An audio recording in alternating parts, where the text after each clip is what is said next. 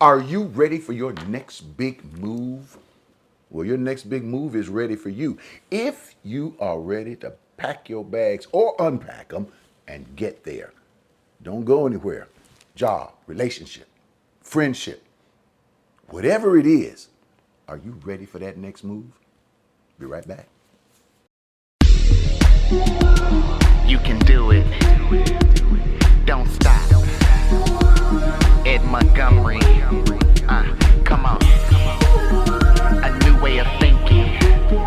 Transform your mind. Straight from the vine. Fresh new wine.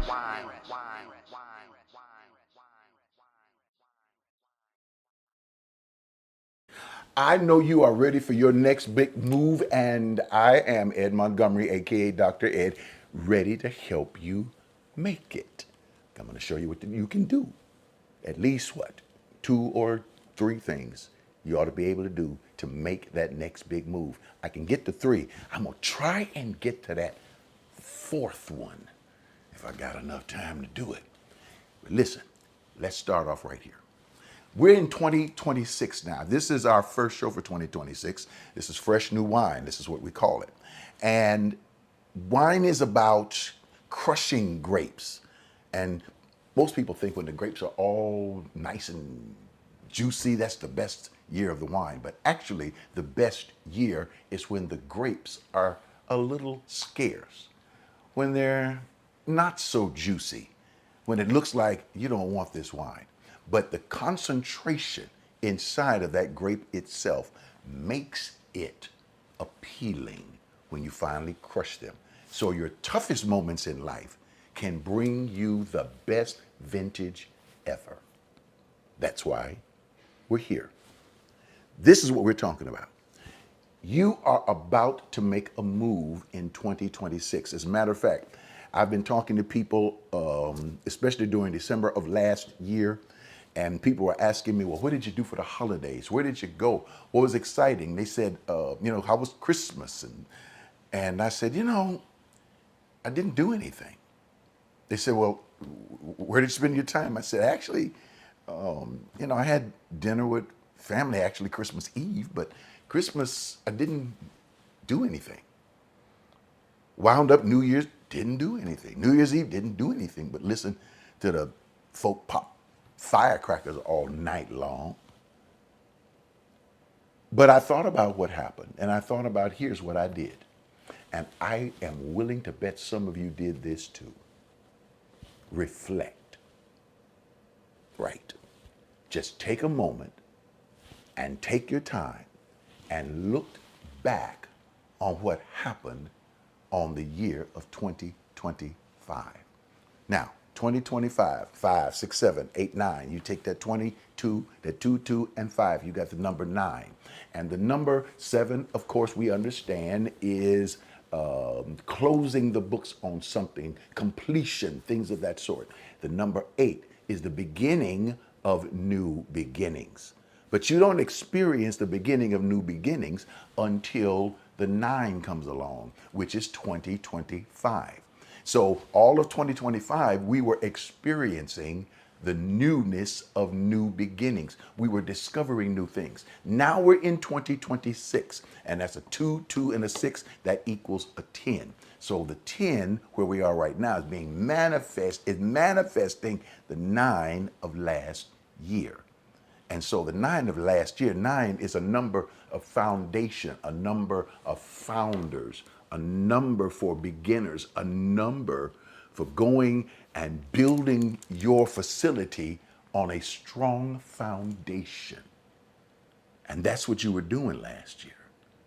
You were thinking in those terms. You were coming into the newness of what you are, who you are, and what you do. And now, this year, 2026, you're going to begin to build on that foundation that you set, that you learned. Some of you did some things last year, 2025, that you've never done before. And you says, how's that going to help me? We saw some things on the news, in our government, in our churches, and all of these things that are changing. And we're beginning to build new lives. We're beginning to make a huge move. Now, you're going to have to be careful here.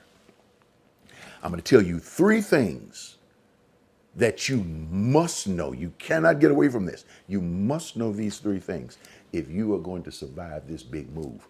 I was listening to some people the other day, and they were talking about America. And they were talking about, well, with everything that's going on, bombing Nigeria, bombing in Venezuela, and all the different things that are happening. I want to get out of this country. I need to go somewhere else. So they've been searching for countries, and some people have found some countries. Some people have already moved. Some people are making plans on moving. And so somebody asked me, they said, well, what are you thinking about doing? What do you think? Should you move or should you not move? And here's my answer. I reflected on this. And I said, you don't have to move your body. You can move your mind. In other words, you can, and I'm going to tell you where this comes from. My grandmama used to say this to me all the time. Baby, you can be in the world. How many of you know this? But not, what is it? Of the world. Any of y'all ever heard that saying? Anybody ever told you about that? You can be in the world, not of the world. And what they meant. In other words, you can be a part of the system, but you don't have to let the system be in you. If you can negotiate and navigate the system, you don't have to let the system get in you.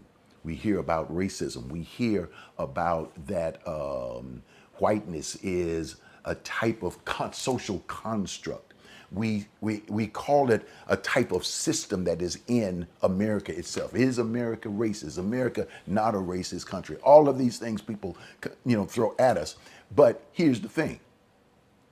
Are we locked into this thing? Are we so locked in that we cannot function? Here's what we're learning. If there are folk that don't want you, that might sometimes be the best thing in the world. It's going to cause you to do something. I'm going to give you a first one. You ready? Number one, reset.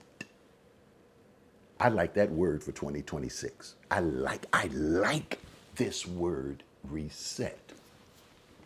I was talking to one of my family members, and they had gone through a very dangerous type of thing, close to a stroke, and with bleeding in the brain and things of that sort. And I wondered, I said, what happened? Do you have to stay in the hospital very, very long? And so they let them go home. And here's what the doctors had said.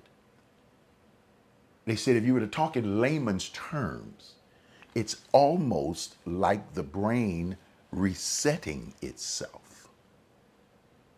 Now, I know that's not very medical, but sometimes you have to deal with reset. Now, I remember years ago when you'd have the satellite dish on top of the house or in the yard or on the fence or wherever you had it. And say you got to a point and they would tell you, you say, hey, I can't get this thing working. The movie's not coming on, the guide and everything. They don't have the name of the movies.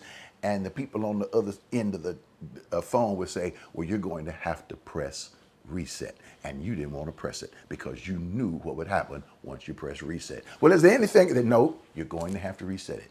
And when you said, okay, when you pressed reset, something happened.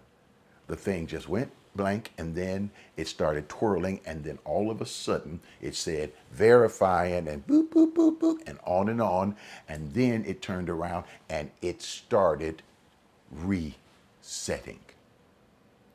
And it moved so slow.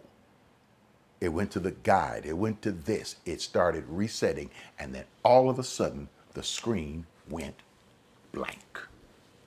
Your TV went totally dark. No sound, no picture. You're looking at the little box. There's nothing going on the box. And you're questioning in your mind, what should I do? Should I call the people again? And you said, yeah, I'm going to call them again. And you called them back. And they said, well, where are you at? You said, listen, it's started and Should I press the restart? Should I press the reset button again? They said, no, no, no, no, unless you want to start it over. No, I don't want to start it over. It's been doing this for about 10 minutes. They said, well, that's normal. They said, what's happening now? Screen is blank. In other words, they said, well, don't do anything. Just wait. It'll come back on. So I sat there and waited and waited. I said, they don't know what I'm talking about. I'll just go ahead and reset this button, push it again. And by the time I got ready and made up my mind to reset it, boom, it started fading in and it started saying, repairing, putting the guide back on, and all the other little different things. 1, 2, 3. And you know how that little strip goes along that it's showing you the completion of things. That's when I realized when you reset something, sometimes things will go completely dark. When you are in a reset, sometimes you will see that things will just stop. And you think you've done something in life, you think that you're about to enter the worst part of your life. It might be grief. It might be the changing of a relationship. Somebody you thought you loved, you're finding out they didn't love you back. How are you going to handle it? How are you going to deal with it? You were planning on them being with you, at least for a little part of your life. Maybe you've been married a long time, 20, 25, 30, 40 years. And the passing of a spouse, and you find yourself alone. 2025 didn't sound too good because it's as if the screen went blank. But that's one thing you learn. And that's what grandmama taught me. Don't worry about it, baby. Just go ahead and watch this thing happen. Let it work itself out. Start off with the reset. Look, sit right there for at least about 180 seconds. I'll be right back. I got to show you this and I'll be right back. I know I'm not supposed to be interrupting right here, but remember, myalc.org. That's myalc.org. And you can also give at 713-742-2035. You can use your text to give or use your app. If you're on the app, you can go right to that donate button and it won't change anything. You say, why in the world would you break my concentration? I'm sorry, but I wanted you to remember because you know what? Just like there's a break in here, there's also going to be a breakthrough in your life. I believe that. Now, let's go back. All right. Reset. Life can go blank for a while, but believe me, it's going to come back on. Number 2, rethink some things. Some of the things we accepted last year, we can't accept anymore. There's some things you're going to have to say, you know what? I can't do this anymore. I'm ready to rethink some things. And there is this thing that says, don't be shaped by the systems of this world, but transform your life by renewing your mind or rethinking things through. Don't be afraid to rethink some things. How you handle business, how you handled your bills. Well, you know, I'm doing the best I can trying to keep my credit score up, and I don't want to mess up. If I mess up this, I lose my credit score. And oh, no, no, no, no. Listen, you live in the world right now where you have government folk, presidents on down that went through bankruptcy and everything else and start life all over again. You may have to start this life all over again, but understand something, rethink it.